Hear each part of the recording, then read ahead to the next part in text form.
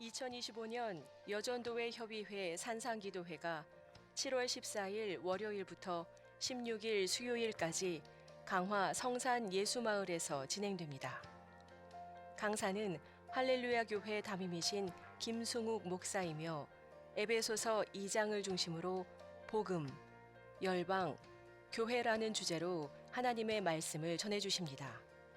여전도회 회원들께서는 이번 집회를 통해서 기도하시고 말씀으로 무장하여 여전도회를 통해 주안교회가 건강한 교회, 행복한 교회, 선교적 교회로 온전히 세워져 가기를 소망합니다. 오늘 6월 22일은 오순절 후 두 번째 주일입니다. 오늘 블레싱 예배는 가족을 위한 선교적 삶의 실천으로 블레싱 가정 예배로 드려지게 됩니다. 이 시간에는 온 가족이 함께 모여 가정 예배를 드리거나 믿지 않는 가족을 찾아가셔서 선교적 삶으로 섬기시기 바랍니다. 이번 주 6월 25일 오전 예배는 여전도회 협의회 주관으로 제75주년 6.25 기념 예배로 드리며 주안성전은 영상으로 함께 드립니다. 6월 나래 열방 기도회가 6월 27일 오후 8시 부평성전에서 진행됩니다. 나래 열방 기도회에 오셔서 열방과 세계 선교를 위한 중보 사역에 함께 동참해 주시기 바랍니다. 이번 주 금요일 주안성전 터치 금요 성령 집회는 셋디셋 코리아와 함께 인천 선교 140주년 과거와 미래를 잇는 교회와 선교를 주제로 진행됩니다. 성도님들의 많은 참여 부탁드립니다. 우리 삶 속에 함께 살아가고 있는 탈북민들의 정착과 복음 통일을 준비하기 위하여 햇보리쌀을 6월 22일까지 현장 판매합니다. 통일을 염원하는 마음으로 함께 참여해 주시기 바랍니다. 2025년 청년국 하기선교에서 주방 봉사팀과 하기선교 후원 물품을 모집합니다. 평창 전역에 연결된 교회로 흩어져 복음을 전하는 청년국 하기선교 블레싱 평창을 위해 많은 기도와 후원 부탁드립니다. 안수집사의 야외 수련회가 6월 28일 진행됩니다. 대상자들께서는 많은 참여 바랍니다. 교구사역국 직장인 구역장 종강 모임, 선교국 교구 리더부 상반기 종강 모임, 새가족 사역국 여성 새가족 양육부 모임, 모교 중보 기도회 종강 모임을 진행합니다. 대상자들께서는 일정을 확인하신 후 참석해 주시기 바랍니다. 예비부부, 신혼부부 교육 참여자, 조부모 교육 참여자를 모집합니다. 자세한 내용은 주보를 참조해 주시기 바랍니다. 지금까지 교회 소식이었습니다. 이외의 자세한 사항은 주보를 참조하시기를 바랍니다. 할렐루야, 할렐루야. 네, 반갑습니다. 오늘도 거룩하고 복된 주일 하나님의 은혜를 사모하며 예배의 자리로 나오신 주안의 모든 성도님들을 주님의 이름으로 환영하고 또 축복합니다. 왕 대신 하나님 앞에 우리가 정직하게 또 겸손하게 나아가 하나님 주시는 은혜를 만끽하고 또 자유하며 하나님을 찬양하는 시간 되기를 간절히 소망합니다. 우리의 믿음의 고백을 담아 하나님 앞에 찬양하며 예배드리겠습니다.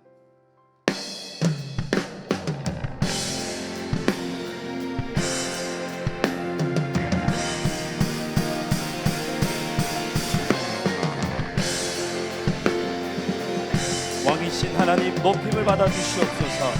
할렐루야.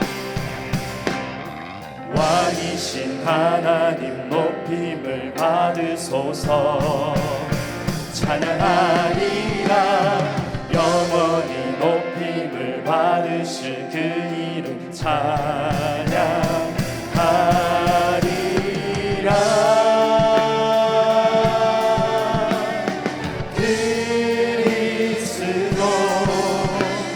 진리로 다스리네. 기뻐하라. 온 땅이여 찬양하라.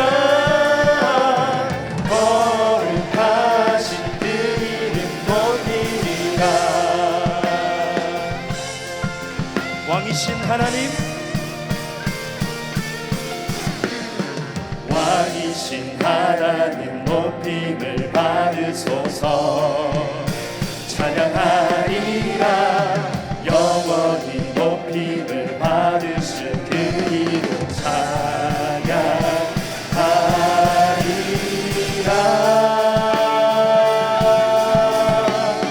그리스도 진리로 다스리네. 기뻐하라 온 땅이여 찬양하라. 거룩하신 그 이름 높이리라. 그리스도 진리로 다스리네. 그리스도 진리로 다스리네. 기뻐하라 온 땅이여 찬양하라. 거룩하신 그 이름 높이리라. 거룩하신 그 이름을 높입니다. 거룩하신 그 이름 높이리라. 거룩하신 그 이름. 거룩하신 그 이름 높이리라.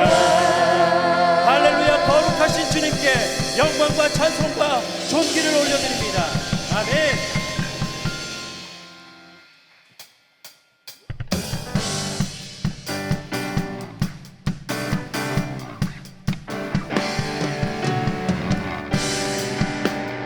우리에게 가진 것이 없다 할지라도 여호와로 인하여 즐거워하기를 원합니다. 무화과 나뭇잎이 마르고 포도 열매가 없으며 감람나무 열매 그치고 논밭에 식물이 없어도 우리의 양떼가 없으며 외양간 송아지 없어도 난 여호와로 즐거워하리. 난 여호와로 즐거워하리. 난 구원의 하나님을 위해 기뻐하리라. 무화과 나뭇잎이 마르고 포도 열매가 없으며 감람나무 열매 그치고 논밭에 식물이 없어도 우리의 양떼가 없으며 외양간 송아지 없어도 난 여호와로 즐거워하리. 난 여호와로 즐거워하리. 난 구원의 하나님을 위해 기뻐하리라. 난 여호와로. 난 여호와로 즐거워하리. 난 여호와로 즐거워하리. 난 구원의 하나님을 위해 우리의 목소리를 높여 찬양합니다. 무화과 나뭇잎이 마르고 포도 열매가 없으며 감람나무 열매 그치고 논밭에 식물이 없어도 우리의 양떼가 없으며 외양간 송아지 없어도 난 여호와로. 난 여호와로 즐거워하리. 난 여호와로 즐거워하리. 난 구원의 하나님을 위해 기뻐하리라. 무화과 나뭇잎이 마르고 포도 열매가 없으며 감람나무 열매 그치고 논밭에 식물이 없어도 우리의 양떼가 없으며 외양간 송아지 없어도 난 여호와로. 난 여호와로 즐거워하리. 난 여호와로 즐거워하리. 난 구원의 하나님을 위해 기뻐하리라. 난 여호와로 즐거워하리. 난 여호와로 즐거워하리. 난 구원의 하나님을 위해 기뻐하리라. 우리의 목소리로 찬양합니다. 난 여호와로. 난 여호와로 즐거워하리. 난 여호와로 즐거워하리. 난 구원의 하나님을 위해 기뻐하리라. 난 여호와로.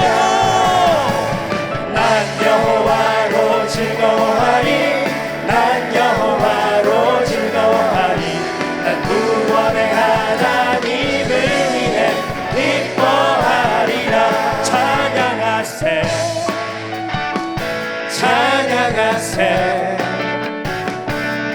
함께 소리 높여 찬양 드리세 찬양하세 찬양하세 함께 소리 높여 찬양 다시 한 번 더 찬양할까요? 찬양하세 찬양하세 찬양하세 찬양하세 찬양하세 함께 소리 높여 찬양 드리세 찬양하세 찬양하세 찬양하세 함께 소리 높여 찬양 드리세 찬양받기에 찬양받기에 합당하신 주님 언제나 동의하신 주 무릎 꿇고서 주 이름 외치세 예수 나의 왕 예수 나의 왕 예수 나의 왕 찬양하세 찬양하세 찬양하세 찬양하세 찬양하세 함께 소리 높여 찬양 드리세 찬양하세 찬양하세 찬양하세 찬양하세 찬양하세 함께 소리 높여 찬양 드리세 찬양받기에 찬양받기에 합당하신 주님 언제나 동의하신 주 무릎 꿇고서 주 이름 외치세 예수 나의 왕 예수 나의 왕 예수 나의 왕 아멘 찬양하세 찬양하세 찬양하세 함께 소리 높여 찬양 드리세 찬양하세 찬양하세 찬양하세 찬양하세 찬양하세 함께 소리 높여 찬양 드리세 찬양받기에 찬양받기에 합당하신 주님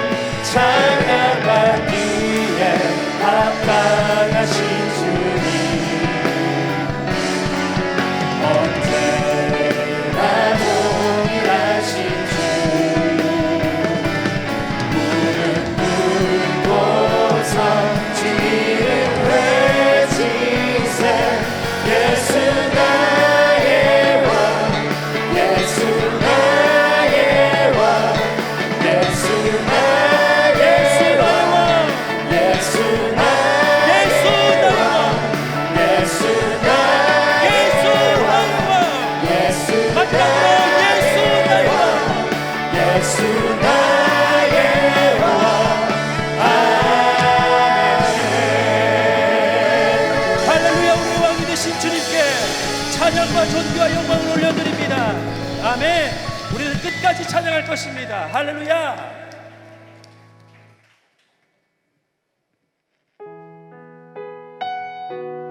우리 주님밖에 없으시죠? 주님밖에 없으시죠? 그렇게 우리 믿음으로 함께 고백하기를 원합니다. 은혜 아니면 살아갈 수가 없네.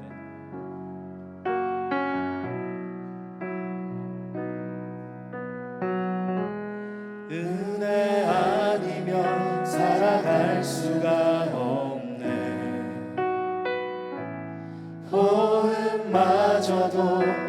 다 주의 것이니 세상 평안과 위로 내게 없어도 예수 오직 예수뿐이네. 은혜 아니면 살아갈 수가 없네. 은혜 아니면 살아갈 수가 없네. 호흡마저도 다 주의 것이니 세상 평안과 위로 내게 없어도 예수 오직 예수뿐이네. 그 신계회 그 시계에 다 볼 수도 없고 작은 고난에 지쳐도 주께 묻기 나의 모든 삶 버티고 견디게 하시네. 은혜 아니면 살아갈 수가 없네. 나의 모든 것 다 주께 맡기니 참된 평안과 위로 내게 주신 주 예수 오직 예수뿐이네. 은혜 아니면 살아갈 수가 없네. 은혜 아니면 살아갈 수가 호흡마저도 다 주님의 것입니다. 호흡마저도 다 주의 것이니 세상 평안과 위로 내게 없어도 예수 오직 예수뿐이네. 그 신계회 그 시계에 다 볼 수도 없고 작은 고난에 지쳐도 주께 묻기 나의 모든 삶 버티고 견디게 하시네.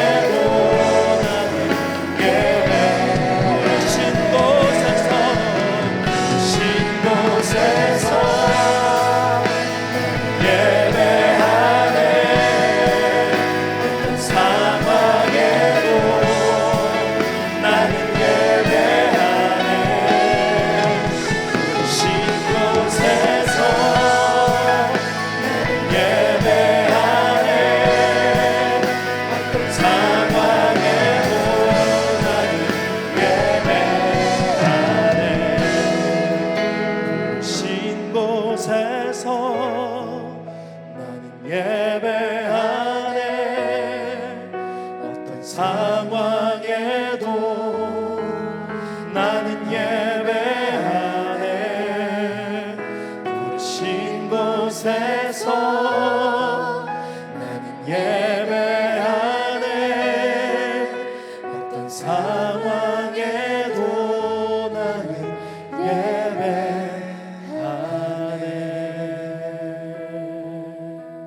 우리 이 시간 함께 마음을 모아 기도하기를 원합니다.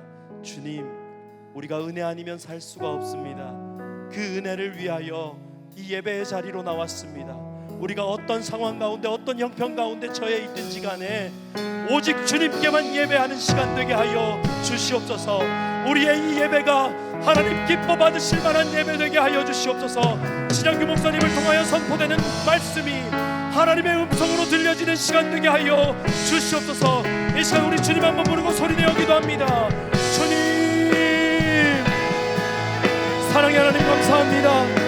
은혜가 아니면 우리가 살아갈 수 없는 존재임을 다시 한 번 더 믿음으로 고백하며 주님 앞에 나아갑니다. 주님, 오직 주님의 은혜만을 구하며 주님의 은혜만을 갈망하며 주님 앞에 나온 주의 백성들을 주님께서 긍휼히 여겨주시옵소서. 하나님께서 우리에게 말씀하여 주시는 복된 시간 되기를 원하오니 온전히 주님의 음성이 들려지게 하여 주시옵소서. 부르신 곳에서 우리의 상황과 형편이 어떠하든지 간에 하나님을 예배하는 자들이 되기를 간절히 소망합니다. 주여, 오늘도 뜨겁게 예배할 때에 우리의 예배를 기뻐 받아주시고 우리의 마음 가운데 자정하여 주셔서 하나님께서 주시고자 하시는 그 은혜가 우리에게 임하는 시간 되게 하여 주시옵소서. 오직 주님만을 갈망합니다. 오직 주님만을 갈망합니다. 주님의 은혜로 우리에게 함께하여 주시옵소서.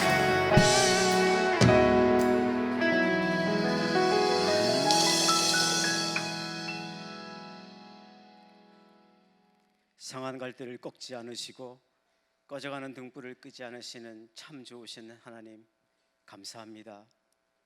야곱아, 너를 창조하신 여호와께서 이제 말씀하시느니라. 이스라엘아, 너를 조성하신 자가 이제 말씀하시느니라. 너는 두려워 말라. 내가 너를 구속하였고 내가 너를 지명하여 불렀나니 너는 내 것이라 말씀하시면서 오늘도 우리의 발걸음을 믿음의 공동체인 교회로 인도하여 주시니 감사합니다. 우리가 어떠한 죄악된 모습으로 나왔던지 어떠한 형편에 굴복하다 나왔던지 주님의 사랑이 그리워 찾아 나온 하나님의 백성들, 하나님 없이는 단 한순간도 살아갈 수 없다고 자복하며 믿음으로 고백하는 하나님의 자녀들을 주님의 십자가의 보혈로 정결하게 씻으사 주님과 우리 사이에 막힌 담을 허물어 주시고 주님의 보좌 앞으로 담대히 나아갈 수 있도록 도와주시옵소서. 오늘 이 예배 가운데 성령 하나님 임재하셔서 우리 각 사람을 만져 주시옵소서.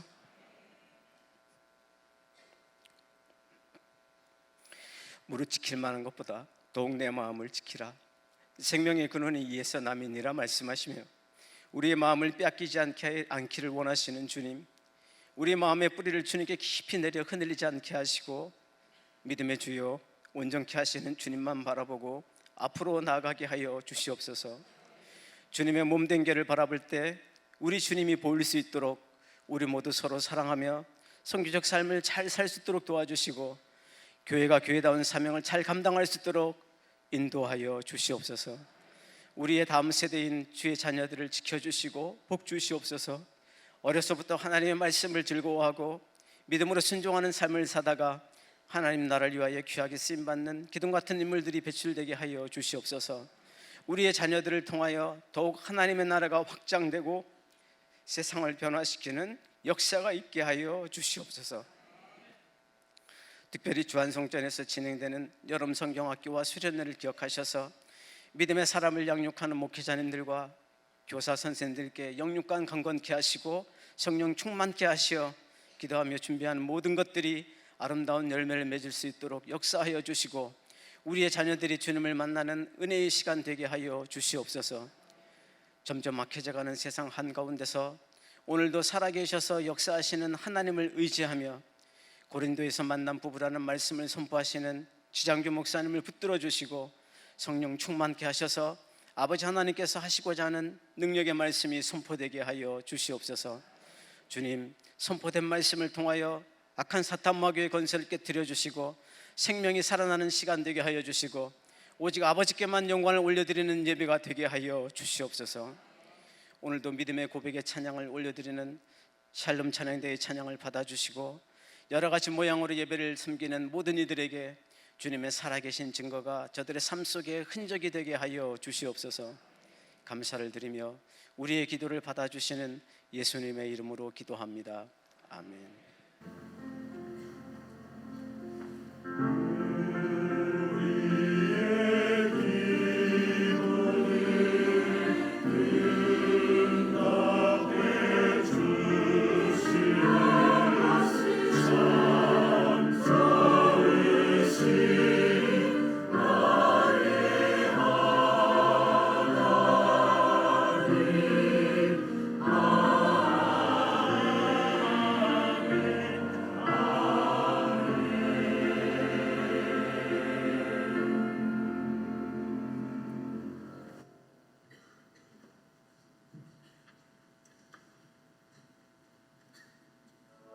그 후에 바울이 아덴을 떠나 고린도에 이르러 아굴라라 하는 본도에서 난 유대인 한 사람을 만나니 글라우디오가 모든 유대인을 명하여 로마에서 떠나라 한고로 그가 그 안에 브리스길라와 함께 이달리아로부터 새로 온지라 바울이 그들에게 감해 생업이 같으므로 함께 살며 일을 하니 그 생업은 천막을 만드는 것이더라. 안식일마다 바울이 회당에서 강론하고 유대인과 헬라인을 권면하니라.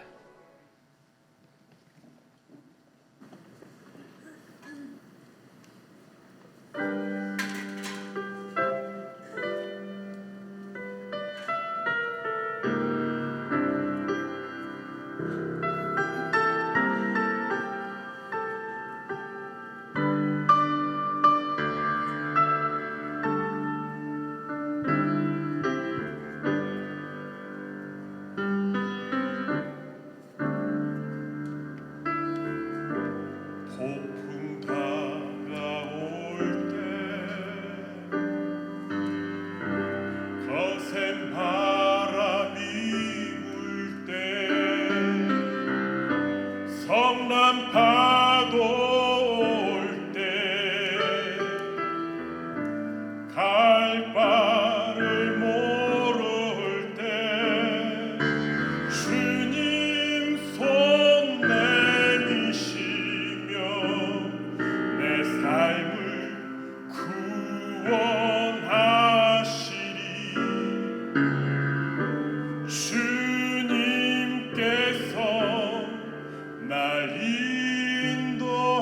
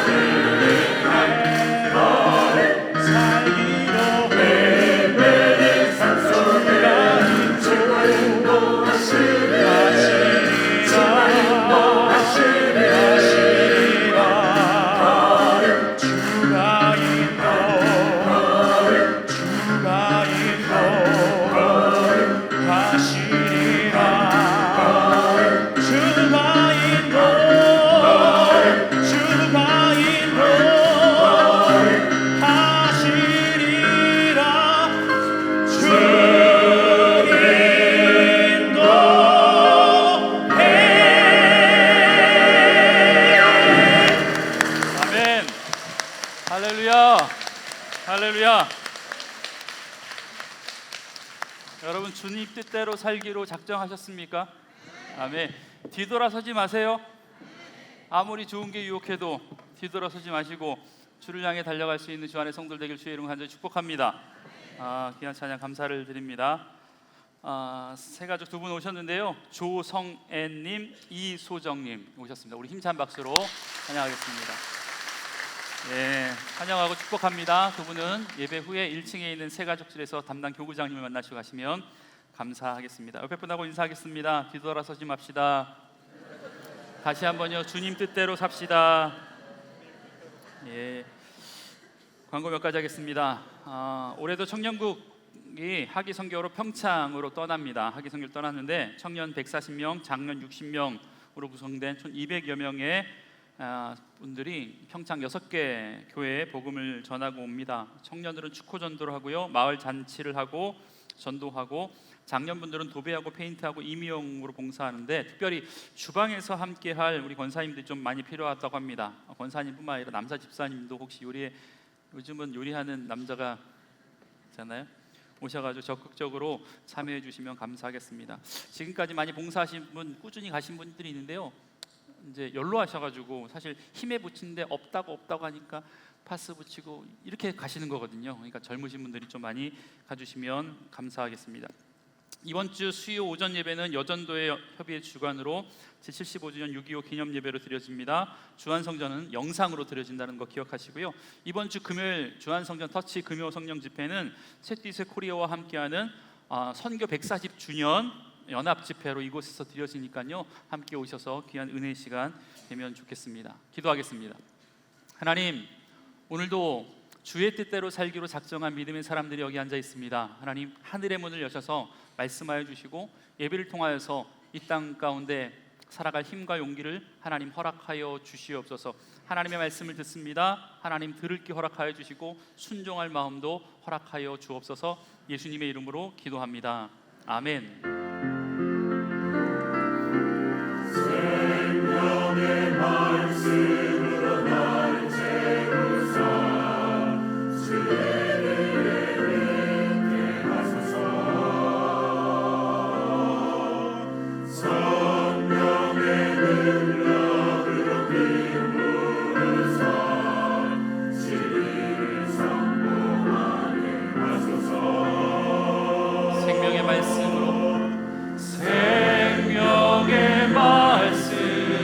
나를 채우사 주의 길 예비케 하소서. 성령의 능력으로 기름 부으사 진리를 선포하게 하소서. 주 안의 성도 여러분, 하나님과 늘 동행하십시오. 성령 충만하십시오. 은혜 충만하십시오. 말씀 충만하십시오. 오늘도 주시는 하나님의 음성을 통하여서 하나님의 마음을 깨닫게 되어지는 복된 은혜가 되길 주의 이름으로 간절히 축복합니다. 축복합니다. 예, 우리가 바울의 지금 2차 전도여행의 이제 마지막 부분을 보고 있습니다. 아테네를 떠나서 바울이 오늘 본문에 보니까 고린도로 갔다라고 설명하고 있어요.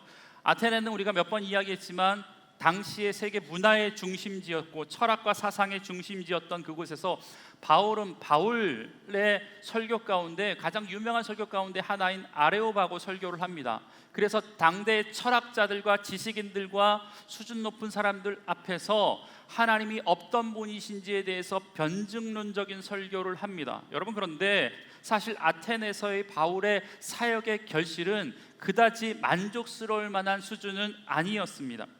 여러분, 다른 곳에서는 비록 핍박이 있었고 위협이 있을지언정 복음의 열매들이 제법 나타났거든요. 여러분, 빌립보에서는 루디아를 얻고 빌립보 감옥에 갇히긴 했지만 간수와 간수의 식구 모든 사람들을 구원하는 데 이르렀습니다.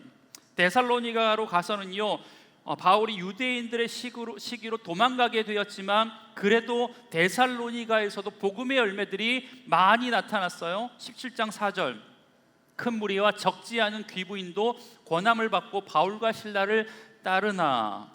여러분, 그리고 도망간 베레아에서도 또다시 복음의 역사가 나타나요. 12절, 그 중에 믿는 사람이 많고. 여러분 도망가고 박해를 받았지만 그럼에도 불구하고 그곳에 도시마다 많은 회심자가 나타났다고 성경은 기록하고 있어요. 그리고 온 것이 아테네였잖아요. 그런데 이 아테네는 지금까지 어떤 도시보다 훨씬 더 컸단 말이에요. 많은 사람이 있었단 말이에요. 그런데 17장 34절에 보니까 몇 사람이 그를 가까이하여 믿으니라고 이야기하고 있습니다. 여러분 도시의 규모에 비해 복음의 열매가 적게 나타난 거예요. 여러분 바울이 얼마나 상심했을까? 그리고 사도 바울이 오늘 본문에 보니까 이 아테네를 떠나서 고린도로 갔다라고 성경은 기록하고 있습니다. 18절 1절의 말씀. 그 후에 바울이 아덴을 떠나 고린도에 이르러. 여러분 당시 고린도에 가고 있었던 이 바울의 심정을 한번 상상해 보십시오. 아테네를 떠나 고린도로 가는 길이 그의 발걸음이 결코 가볍지 않았을 거예요. 앞선 사역지에서는 수없이 많은 박해에도 불구하고 거절에도 불구하고 많은 사역의 열매가 나타났잖아요. 그리고 지금 바울은요 혼자 고린도로 가고 있었어요. 디모데와 실라를 베레아에 남겨두고 혼자 복음을 전하러 가는 상태였습니다. 바울의 2차 전도 여행 여정 중에 유일하게 고린도에서만 혼자 지내요. 혼자 복음을 증거합니다. 아덴도 바울과 실라와 디모데는 베레아에 있었지만 그곳에서 파송돼 함께 배웅했던 사람들이 같이 있었거든요. 여러분 그렇게 혼자가 남은 상황, 빌립보에서의 투옥과 매질당함과 데살로니가에서의 박해와 베레아에서의 도피, 아덴에서의 철학자들과의 논쟁, 그렇기 때문에 이 바울은요 육체적으로 지쳐 있었고 정신적으로도 외로웠었고 영적으로도 피곤한 상태가 분명합니다. 그런 상태에서 도착한 곳이 어디라고요? 고린도. 이제 2차 전쟁이 끝나가요. 고린도 좀만 힘내십시오. 고린도에 왔습니다. 여러분 사실 어떤 경유로 어떤 이유 때문에 고린도로에 왔는지 성경은 정확하게 기록하고 있지 않지만 늘 그랬던 것처럼 바울의 선교행은 자신이 계획했던 대로 이루어지지 않고 하나님이 역사하시고 하나님이 이끄셔서 하나님께서 함께 하신 것 가운데 이곳까지 온 것 아니겠습니까? 성령님이 이끄셔서 이곳까지 온 것 아니겠습니까? 아마 고린도에 온 것도 그런 성령님의 역사가 아니었을까라는 생각을 하게 됩니다. 그런데 여기서 우리가 이 고린도가 어떤 도시인지에 대해서 좀 살펴볼 필요가 있죠. 아테네는 앞서 이야기했던 것처럼 철학과 사상의 문화의 중심지였다면 이 고린도는요 서방 세계와 동방 세계를 연결하는 항구 도시였어요. 여러분 그리스를 크게 두 주로 나누거든요. 마게도냐와 아가야로 나누는데 이 마게도냐 밑에 이 아가야 남부 지방의 고린도의 이 지역의 수도가 바로 이 고린도였습니다. 당시 인구가 60만에서 70만 정도였다라고 학자들은 이야기하는데 더 놀라운 것이 뭐냐면 20만 명을 제외한 사람들은 모두 노예였습니다. 노예였습니다. 그리고 로마 제국에서 가장 물질적으로 번영한 도시 중에 하나가 바로 이 고린도였습니다. 여러분 왜 물질적으로 번영한 도시였는지 아세요? 일단 고린도는 항구 도시였잖아요. 예전에는 육로로 무언가 물자를 이동하는 것보다 배로 이동하는 게 훨씬 더 수월했습니다. 왜? 도로가 발달되지 않았기 때문에. 여러분 항구 도시가 갖고 있는 풍요로움이 있었는데 그런데 이 도시가 위치해 있는 지형이 굉장히 독특합니다. 혹시 고린도 가보신 분 계십니까? 여러분 고린도에는요 서쪽은 아드리아 해를 끼고 있고 동쪽은 에게해와 연결되어 있어요. 그 사이에 이 아드리아 서쪽으로 조금 치우친 곳에 이 고린도라는 도시가 있어요. 지도를 한번 볼게요. 우리가 2차 전도 여행의 이거 말고 2차 전도 여행 지도 이전에 거. 예. 지금 아덴 옆에 고린도 보이시죠? 이 고린도 이 지방을 저희가 확대 한번 해보겠습니다. 지금 위성 사진으로 확대해 보면 고린도가 빨간색 가운데 고린도가 있는데 아드리아 해가 여기 있고 에게해가 여기 있어요. 폭이 굉장히 좁잖아요. 여기가 한 6km 정도 됩니다. 그러니까 잘록한 부분에 있는 도시가 어디라고요? 고린도였다라는 것입니다. 여러분 로마같이 서유럽 지방에서 됐습니다. 출발한 배가 아테네나 소아시 지방으로 가려면 배를 타고 약 350km에서 600km 정도 돌아가야 됩니다. 여러분 그런데 너무 돌아가잖아요. 그래서 가로질러 가게 되면 좋겠다라고 생각해서 이 고린도 지방에 수로를 만들려고 했어요. 잘록했잖아요. 아까 6km 정도만 수로 만들면 그냥 통과하면 바로 이 아드리아 해에서 에게해로 갈 수 있는데 이거 없으니까 돌아가는 게 600km 가까이 됐다니까요. 여러분 그런데 기원 전부터 네로 황제 시대까지 끊임없이 이 길을 열라고, 물길을 열려고 고심하고 노력했는데 당시 기술로 이게 안 됐다라는 거예요. 그래서 여러분, 이 고린도 서쪽의 아드라와 동쪽 에게까지의 거리가 6km가 조금 넘는데, 그러니까 600km가 돌아가는 게 너무나도 낭비 아닙니까? 시간적으로 낭비, 뭐 노력으로도 낭비. 여러분, 그래서 사람들이 어떤 생각을 했냐면 디올코스라고 하는 육상 운하 시스템을 만들었어요. 이게 뭐냐면 배를요 육로로 끌어서 반대편 바다로 옮겨버리는 거예요. 이게 기원전부터 있었던, 기원전 6세기부터 있었던 시스템이었거든요. 디올코스 사진 볼까요? 자, 이게 당시 로마 때 만들었던 디올코스 도로거든요. 이 배를 옮기는 거예요. 자, 한 장 더 넘겨보세요. 잘 했죠. 이 중간에 이 움푹 파였던 이 곳을 보세요. 이거를 이제 그래픽으로 만들었던 영화 같은 게 있는데, 만화 영화 같은 게, 이렇게 당시에 노예들이 배를 저기에 싣고 이 6km 정도 되는 곳을 옮겼습니다. 한 장 더요. 예, 이렇게요. 여러분, 이게 로마 시대까지, 아니 기원 후, 이게 1800년도에 이 곳에 수로가 생겼거든요. 그때까지 이런 육로로 배를 옮기는 시스템을 만들었습니다. 여러분, 물론 당시의 배가 대형 선박은 아닐 테지만 그래도 배를 육지로 옮긴다는 자체가 엄청난 일이었고, 이 시스템으로 인하여서 운반 체제에 굉장히 획기적인 변화가 일어났습니다. 여러분, 이 일이 가능했던 이유는 앞서 이야기했던 것처럼 이 도시에 있었던 50만 명의 노예 때문에 그래요. 인력이 쌌잖아요. 값싼 비용으로 노동력을 구할 수가 있었던 구조였습니다. 배가 들어오니까 배를 만들고 고치는, 지금으로 말하면 조선소 같은 곳이 있었어요. 지금은 그 운하를 만들었는데 1893년도에 그 운하, 고린도 운하가 완성되었습니다. 고린도 운하 사진 볼까요? 네, 여기에요. 세계 3대 운하 가운데 하나인데, 지난번에 가가지고 제가 찍은 건데, 여러분, 고린도 운하 사진입니다. 성지순례 가면 여기를 가더라고요. 여러분, 그때는 이게 없었으니까 6km나 되는 것을, 배를 노예들이 그냥 끌고 옮긴 거야. 끌고 옮기는 거예요. 짧게는 하루가 걸렸고요. 배 크기에 따라 길게는 열흘 이상 이곳에서 배를 옮기는 일이 진행되었습니다. 여러분, 그러니까 배를 옮기는 동안 상인, 선원, 군인, 여행자, 이 모든 사람들이 이곳에서 어쩔 수 없이 머무는 기착지가 된 겁니다. 그러니까 이곳에 머무는 동안 사람들이 뭘 써요? 돈을 쓰는 거, 돈을 쓰는 거. 돈이 몰리니까 자연적으로 향락과 타락이 따라오는 겁니다. 음란한 도시가 되고 태폐적인 도시가 바로 이 고린도였습니다. 이 고린도에는 우리가 잘 아는 미의 여신 아프로디테의 신전이, 이 고린도의 가장 높은 아크로폴리스의 이 신전이 있었는데, 그곳에는 1000명의 여사제가 있어요. 1000명의 여사제가 있어서 종교의 이름으로 성적 타락을 조장하는 예배 문화가 있었습니다. 여사제와 성행위를 하는 것이 예배하는 행위였습니다. 그러니까 여러분, 고린도가 당시에 가장 부유했고 더불어 가장 도덕적으로 타락한 도시가 바로 이것이었다라는 거예요. 이 도시가 얼마나 타락했냐면, 당시 고린도와 관련된 이런 관용 문구가 있었어요. 당시 사람들이 흔히 쓰는 이야기. 자, 고린도 사람처럼 행해라 라는 말씀의 의미는요, 매춘을 행하다 라는 말씀의 뜻이에요. 고린도 여자, 고린도 아가씨라고 하면 매춘부라는 뜻이고, 고린도 남자라고 하면 탕자라는 뜻이고, 고린도인처럼 산다라는 것은 방탕하고 부도덕한 삶을 산다, 이런 뜻이 관용적으로 그 당시 흔히 쓰는 용어였다라는 것입니다. 여러분, 고린도가 얼마나 퇴폐적이고 얼마나 환락의 도시인지 짐작이 가시죠? 이런 도시였습니다. 불과 얼마 전까지 당대 철학자들과 토론하고 변증하고 설교했던 바울이 이제는 세계에서 가장 도덕적으로 타락하고 음란하고 퇴폐적인 도시, 문란한 도시 한가운데서 복음을 들고 서 있었다라는 거예요. 여러분, 어떤 느낌이었을까?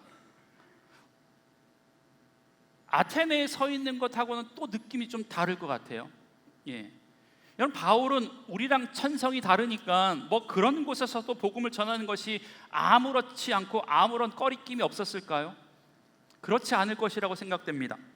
그곳에 서 있고 속해 있다라는 것만으로 거북하고 미집거리고 좀 영적으로 다운되고 뭐 이런 것들이 생기지 않았을까요?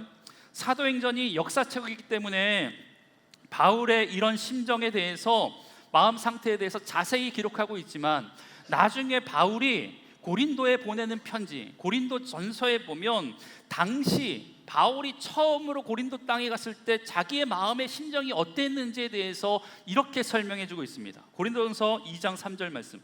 내가 너희 가운데 거할 때 약하고 두려워하고 심히 떨었노라. 여러분, 이게 바울이 고린도 땅을 밟았을 때의 마음의 상태였다라는, 약하고 두려워졌고 심히 떨렸다. 여러분, 바울에게 혹시 실망이 되십니까? 바울에게 그래도 성령의 사람인데, 그래도 대사도 바울인데 그러면 안 되는 것 아닌가라고 생각이 들 수 있습니까? 여러분, 그런데 바울이 성령 충만하지 않아서 그런 게 아니라, 기도를 적게 해서 그랬다라는 것이 아니라, 바울 역시 우리가 아는 것처럼 연약한 인간이기 때문에 그러한 상황 앞에서 나약해지고 연약해지고 두려우고 떨릴 수 있다라는 것입니다. 여러분, 그러니까 바울도 고린도의 그 음란함과 음탕함과 태폐스러움 가운데 복음을 들고 서 있는 것이 두렵고 떨렸다라는 것입니다. 지금 바울 주위에는 아무도 없잖아요. 그러니까 인간적으로 두려웠을 거예요. 연약해지고 마음이 떨렸다라는 거예요. 아마 혼자 남았다라는 것이 가장 큰 외로움이지 않았을까라는 생각이 듭니다. 여러분, 그런데 이런 상황에서 하나님이 바울을 대하는 태도가 뭘까요? 혼내셨습니까? 왜 이러고 있냐고 나무라셨습니까? 여러분, 우리 하나님 그런 분 아니시잖아요. 우리가 아는 것처럼 엘리야가 로뎀나무 아래서 죽기를 구할 때 우리 하나님 뭐라고 하시냐면 나무라지 않으셨어요. 왜 이렇게 있냐? 왜 이렇게 실패했냐? 라고 이야기하지 않으시고 그를 위해 조용하게 구운 떡과 마실 물을 주시면서 일어나라. 격려해 주신 분이 우리 하나님 아니십니까? 세임 주신 분이 우리 하나님이시라는 겁니다. 여러분, 혹시 육체적으로 지치고 정서적으로 고갈되어 있고 영적으로 메마른 상태에 계십니까? 여러분, 그렇다면 이런 상황 가운데서 바울에게 찾아가 주셔서 바울을 회복시키셨던 하나님의 은혜를 이 시간 만나시길 주의 이름으로 간절히 축복합니다. 여러분, 그렇다면 그렇게 지쳐 있었던 바울을 위해서 준비하신 하나님의 은혜가 뭐였는지, 그 은혜에 대해서 좀 이야기를 나눌까 합니다. 2, 3절의 말씀을 다 같이 한번 읽어보겠습니다. 시작. 아굴라라 하는 본도에서 난 유대인 한 사람을 만나니 글라우디오가 모든 유대인을 명하여 로마에서 떠나라 한 고로 그가 그 안에 브리스길라와 함께 이달리아로부터 새로 온지라. 바울이 그에게 감해 생업이 같음으로 함께 살며 일을 하니 그 생업은 천막을 만드는 것이더라. 아멘. 여러분, 하나님께서 여기서 바울을 위해서 준비시켜 주신 놀라운 사람을 만나는데, 바로 아굴라라고 하는 사람과 브리스길라라고 하는 사람인데, 이 사람이 부부였잖아요. 여러분, 그런데 이 사람들이 부부가 사실 될 수 있는 상황은 아니에요. 아굴라의 출신을 성경은 뭐라고 이야기하냐면 본도라는 곳에서 태어난 유대인. 여러분, 본도는요, 터키 지방, 소아시 지방의 가장 위쪽에 있는 곳입니다. 여러분, 그런데 그곳에 태어난 디아스포라 유대인이었던 이 아굴라가 무슨 연유인지 모르지만 로마에서 살았어요. 왜 온지는 모르겠지만 예전에 우리가 아메리카 드림을 꿈꾸면서 미국으로 가는 사람이 있었잖아요. 여러분, 그 당시도 세계의 중심이 이 로마였기 때문에 로마 드림을 꿈꾸고 아마 그곳으로 가지 않았을까 많은 사람들이 추측합니다. 그리고 이 브리스길라는 애칭이거든요. 원래 이름은 브리스가예요. 그래서 성경에서는 브리스가를 섞어 쓰는데, 이 브리스가라고 하는 이름 자체가 로마의 귀족 가문 가운데 있었던 이름이다라고 많은 학자들이 또 그렇게 추정합니다. 그러니까 여러분, 본도에서 태어난, 소아시아의 본도에서 태어난 그가 로마에 살던 귀족 여인을 만나서 결혼한다는 것 자체가, 여러분, 이게 가능한 일입니까? 민족을 뛰어넘고 인종을 뛰어넘고 종교를 뛰어넘는 결혼 아니겠습니까? 여러분, 신랑 측이 더 반대했을까요? 신부 측이 더 반대했을까요? 예? 제가 제 아내를 만났을 때 신랑 측이 반대했을까요? 신부 측이 반대했을까요? 신부 측이 반대했죠. 저희 장은열은 목사님이신데 목사 신학생 사위 남자친구 데리고 왔다가 얼마나 반대하셨는지 몰라요. 근데 저를 처음 보자마자 제가 또 이렇게 호감으로 생겼게 되니까 한번 보자 허락을 하셨는데, 아마 이 브리스길라 측에서는 굉장히 반대를 했을 거라고 생각이 됩니다. 여러분, 이게 그러니까 사실 전혀 만날 수 없는 상황에서 만났다라는 것 자체가 부부가 인연이 맺어지는 게 굉장히 큰 신비 아닙니까? 여러분, 부부가 지금 혹시 함께 앉아 계신 분 계십니까? 슬쩍 손이라도 잡아주면서 이렇게 말씀하세요. 당신을 만난 건 기적입니다. 부부만. 당신을 만난 건 기적입니다. 로또입니다. 이런 거 하지 말고. 예. 여러분, 이들이 결혼해서 원래 로마에 살던 자들이었는데 황제 글라우디우스 추방령에 의해서 고린도로 피신해 와 있다는 역사적인 사실을 오늘 성경이 기록하고 있어요. 이게 무슨 말이냐면 역사적으로 AD 49년 후반, 50년 초반에 로마의 네 번째 황제였던 글라우디우스가 이 로마 안에 있는 모든 유대인들을 추방하는 추방령을 내립니다. 한 2만 명 정도가 됐는데 역사적인 사실이거든요. 기록이 있거든요. 왜 추방했냐면 이 유대인들이 로마 입장에서는 굉장히 골칫거리인 거예요. 당시에 신은 로마 입장에서 하나였잖아요. 누구? 황제.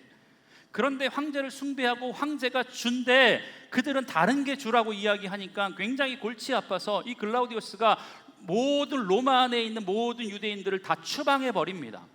그래서 어쩔 수 없이 이 부부가 유대인으로서 추방되어서 그가 온 곳이 이 고린도였다라는 것입니다. 여러분, 그렇다면 왜 많은 도시 중에 고린도에 그 부부가 왔을까? 이유는요, 그들의 직업과 연결되어 있다라고 추측할 수 있는데, 여러분, 고린도와 같이 사람들이 많이 오는 그곳에 여행자들을 임시로 머물 거처로 천막을 많이 사용했습니다. 그리고 고린도에는 기원전 6세기경부터 2년에 한 번씩 이스트미아라고 하는 올림픽과 비슷한 대규모 로마의 국가 경기가 열렸어요. 이것은 이 고린도에 있었던 아프로디테, 바다의 신을 위한 운동 경기였습니다. 2년에 한 번씩.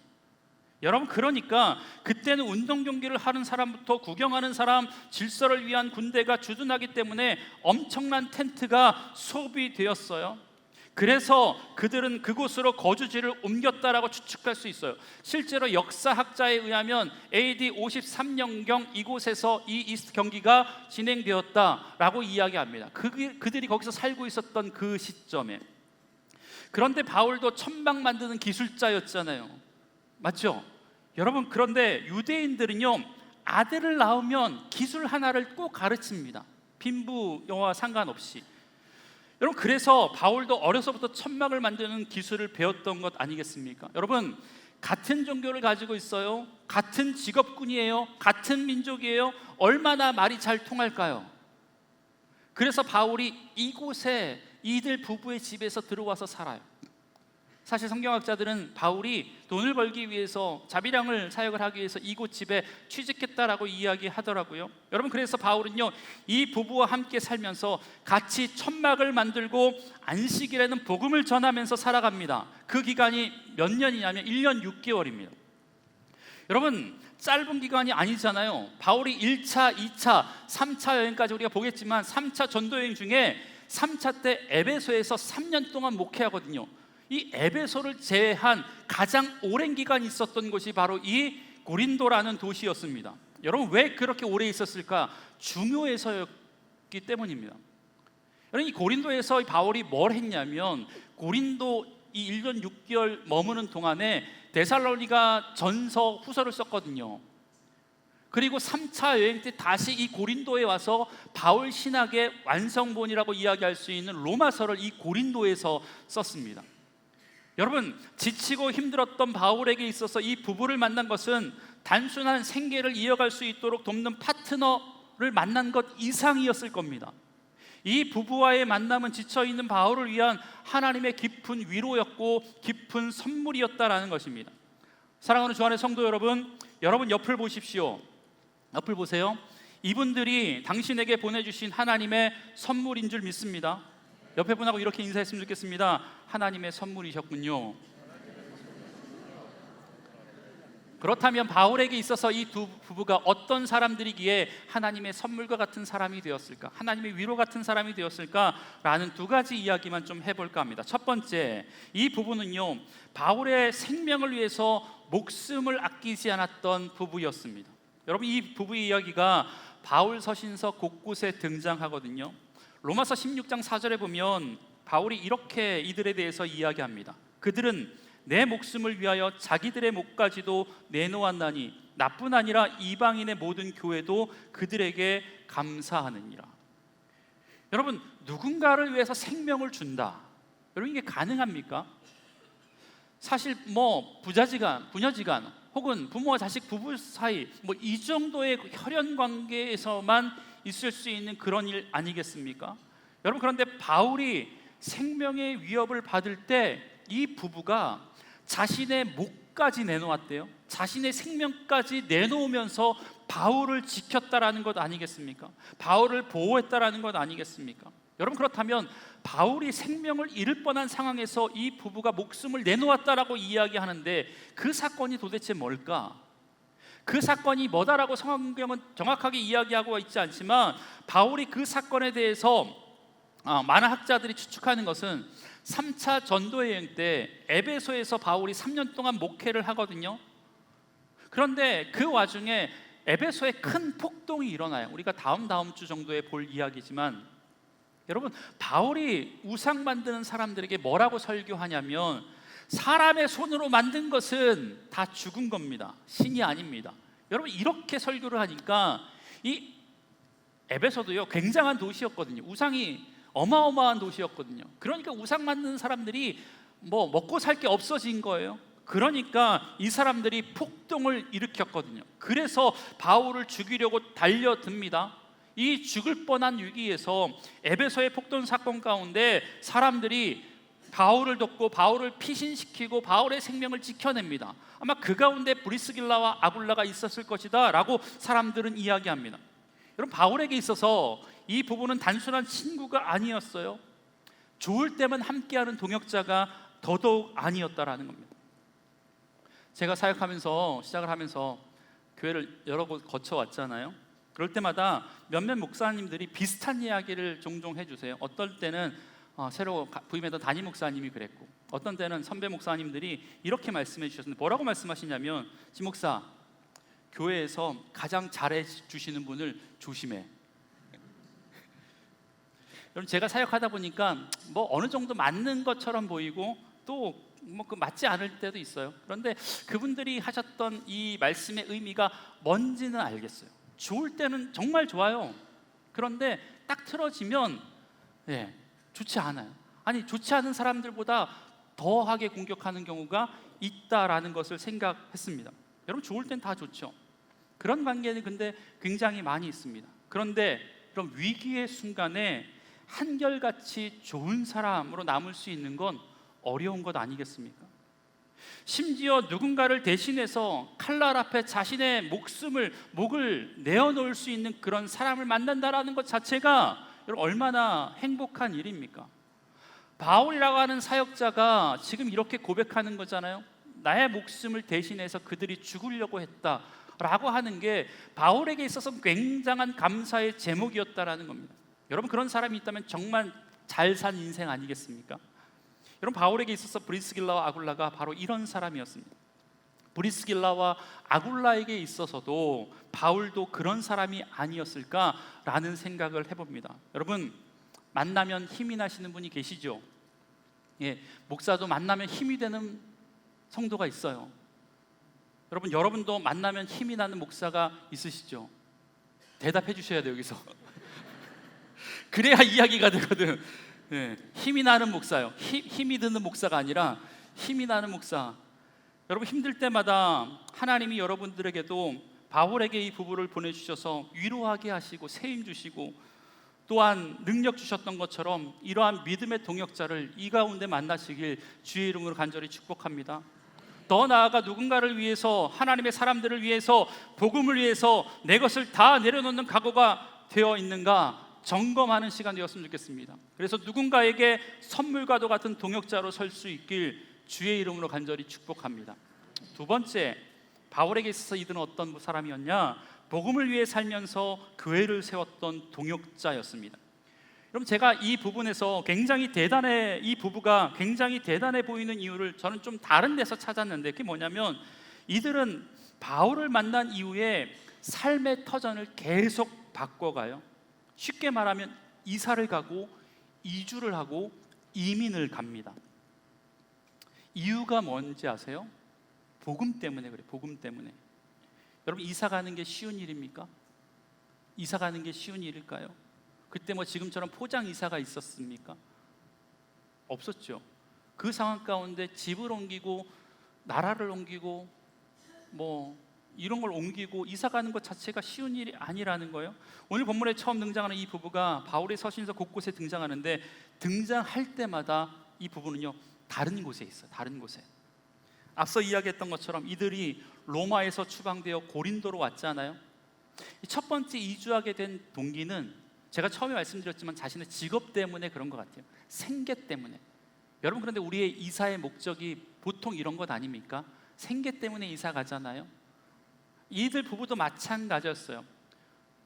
택한 곳이 고린도였지. 그런데 여러분, 이사 가게 된 동기는 로마의 황제의 추방 명령에 의해서 이사 갔잖아요. 엄밀히 따지면 박해 때문에 이사 간 것이고 엄밀히 따지면 복음 때문에 이사 간 것 아니겠습니까? 그래서 이사 온 것이 고린도였고, 그런데 그곳에서 바울과 함께 그의 집에서 교회를 만들어 갑니다. 고린도의 첫 번째 교회가 이들 부부의 집에서부터 시작되었습니다. 여러분, 그런데 사도행전 18장 18절 조금만 내려가서 보면 1년 6개월 후에 바울이 2차 전도여행을 이제 마무리하고 수리아 안디옥으로 보고하러 가는 그 배 위에 이 바울이요 브리스길라와 아굴라를 태워버립니다. 18절의 말씀 다 같이 한번 읽어보겠습니다. 시작. 머물다가 형제들과 작별하고 배 타고 수리아로 떠날새 브리스길라와 아굴라도 함께 하더니. 여러분, 그런데 보세요. 떠나는 것은 같은 배, 같은 시간에, 같은 곳에 올랐는데 바울이 중간에 이 부부를 어디에 떨어놓냐면 에베소에 떨어뜨립니다. 19절 말씀. 에베소에 와서 그들을, 브리스길라와 아굴라를 거기 머물게 하고, 그리고 바울은 내리지 않고 바울은 어디로 가냐면 수리아 안디옥으로 선교 보고를 하러 가요. 여러분, 이 부부가 에베소에 남습니다. 영적으로 의지했던 바울도 떠난 마당에 이 부부가 에베소라고 하는 낯선 도시에 와서 정착하는데, 여러분, 이 부부가 그곳에서 한 일이 뭔지 아십니까? 그건 바로 복음을 알지 못하는 사람을 자신의 집으로 초청해서 그들에게 말씀을 가르쳐요. 그들에게 복음을 증거합니다. 그러니까 이 부부는요 에베소에서도 자신의 집을 교회 삼아서 말씀을 가르치고 사람을 양육하는 일을 해나갑니다. 그 가운데 한 명이 우리가 나중에 보겠지만 아볼로라고 하는 알렉산드리아 출신의 굉장한 수사학을 가지고 있었던 그런 사람이었습니다. 여러분, 그런데 보세요. 로마서 16장에 보면 이들 부부가 다시 로마에 있어요. 여러분, 앞서 말한 이 글라우디우스가 AD 49년경에 유대인을 내쫓는 추방 명령을 내린 다음에 5년 있다가 이 황제가 죽어요. 당시 로마법에 의하면 황제가 제정한 법이 황제가 떠나거나 폐위되거나 죽으면 그 모든 법이 다 폐기가 됩니다. 그러니까 이 추방 명령이 5년 만에 폐기가 돼요. 그리고 나서 이 부부가 다시 그 소식을 듣고 로마로 이주해 갑니다. 그리고 바울이 3차 전도여행 중에 고린도에 와서 로마에 보내는 로마서를 쓴다고 했잖아요. 그때 그 편지를 쓰게 되는데 그 편지에서 이 부부에 대해서 다시 언급합니다. 로마서 16장 3절과 5절. 브리스가와 아굴라에게 문안하라. 또 저의 집에 있는 교회에도 문안하라. 지금 이 부부가 어디 있다고요? 로마에 있어. 로마. 아까 어디 있었는데요? 에베소에 있었는데요. 다시 로마로 갔다라는 거예요. 무슨 말이냐면 그들이 로마로 돌아간 그곳에서도 자기의 집을 열어서 교회로 제공했다라는 거예요. 하나님을 섬겼다라는 거예요. 말씀의 장으로, 복음의 장으로 그 가정을 개방했다라는 것입니다. 여러분, 그런데 이들 부부의 복음을 위한 여정은 여기에서도 멈추지 않아요. 바울의 인생에 말년했었던, 가장 늦게 썼던 디모데 후서에 보면 에베소에서 목회했던 디모데에게 이렇게 문안합니다. 브리스길라와 아굴라에게 문안하라.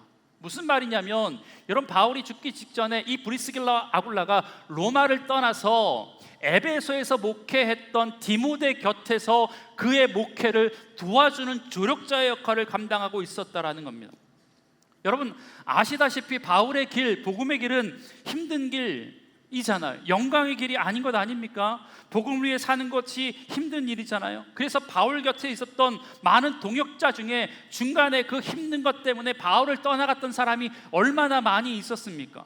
여러분, 그런데 이 부부는 끝까지 바울 곁에서 복음을 위해서 살았던 믿음의 사람이었다라는 거예요. 짧은 열정보다 긴 순종의 길을 걸어갔던 부부가 바로 이들 부부였다라는 것 아니겠습니까? 여러분, 이사 많이 다녀서 보신 분 아시죠? 안정이 잘 안 되잖아요. 그런데도 그들은 어떤 삶의 안정보다 복음을 위한 자리를 선택했다라는 것입니다. 여러분, 이사를 가는 거, 지역을 바꾸는 것이 이렇게 힘들고 어려운 일인데 그래도 이사를 가게 된다면 여러분들은 그 이유가 뭡니까? 왜 이사 가요? 집값 때문에 이사 가죠. 자녀 교육 때문에 이사 가죠. 아니면 출퇴근 편하려고 이사 가는 것 아니겠습니까? 불편해도 이사를 택하는 이유는 이거 말고 또 있습니까? 뭐 있어요? 더 있습니까? 여러분, 그런데 이들 부부처럼 이사의 동기가, 이민의 동기가 뭐예요? 이들 복음 때문에요. 사명 때문에 이사 다녔습니다. 여러분, 여기서 혹시 복음 때문에 이사 가보신 분, 복음 때문에 아파트 옮겨 보신 분, 내 사명 때문에 이사 가보신 분 계세요? 없어요? 한 명은 있어야지. 그래도 없잖아요. 여러분, 저 사람 전도해봐야겠다라는 생각으로 그 사람 가까운 곳으로 이사가 본 적 있으십니까? 우리 집이 좀 작은데 넓은 곳으로 이사가서 구역 모임도 교구 모임도 우리 집에서 매번 했으면 좋겠다, 이곳이 복음의 전초기지가 됐으면 좋겠다, 그런 간절한 마음을 가지고 집을 넓히신 분 계십니까? 있어요? 없대요. 여러분, 이 부부는 이사가는 곳곳마다 자신의 집을 교회로 내놓았어요. 가정이 교회가 되게 했어요. 가정이 복음의 거점이 되게 만들었다라는 것입니다. 여러분, 여러분의 집은 누군가에게 복음의 시작이 되는 공간이 되고 있습니까? 내 삶은 누군가에게 하나님의 말씀을 더 정확하게 알려주는 거처가, 통로로 삼고 있습니까? 복음을 위해 살았던 사람, 마지막까지 바울의 믿음의 동역자로 자리를 지켰던 부부가 이 부부였다라는 것입니다. 말씀을 정리합니다. 여러분, 제 누님이 다니는 교회 보니까 브리스길라 아굴라 선교회라는 이름이 있더라고요. 제가 뭐냐고 물어보니까 담임 목사님의 목회를 돕는 팀의 이름이다라고 이야기합니다.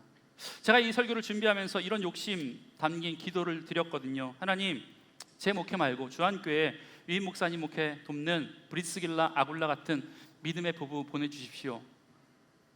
저는 제 기도 아니에요. 저는 다른 교회 가서 그 기도할게요. 우리 위임 목사님 목회 돕는 그런 부부들 많이 보내주십시오. 이런 기도가 되더라고요. 여러분, 그런데 이 부부가 한 마음으로 섬긴다라는 것 자체가 쉬운 일이 아니에요. 왜냐하면 부부가 신앙의 레벨이 비슷한 경우가 많지 않아요. 찾기 쉽지 않습니다. 아내가 열심히 있으면 남편이 열심을 내지 못하는 경우도 있고, 물론 그 반대도 있는 것 아닙니까? 여러분, 제가 이 부부의 이야기를 하면서 계속적으로 브리스길라와 아굴라라고 말했잖아요. 여러분, 이 부부 중에 누가 남편인 줄 아세요? 아굴라가 남편이거든요. 아굴라가 남편이거든요. 여러분들, 성경에 이들 부부의 이름이 6번 등장하는데 오늘 본문을 제외하고 5번 등장하는데 4번에서 바울은 의도적으로 브리스길라와 아굴라라고 이야기합니다.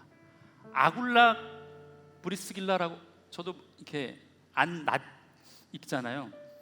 그러니까 뭐예요? 여자의 이름을, 아내의 이름을 의도적으로 먼저 불러요.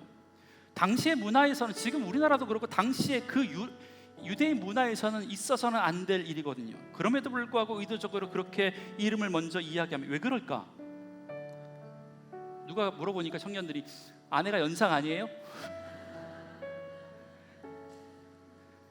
기가 센 거 아니에요? 뭐 이렇게 얘기하는데 그거 아니잖아요.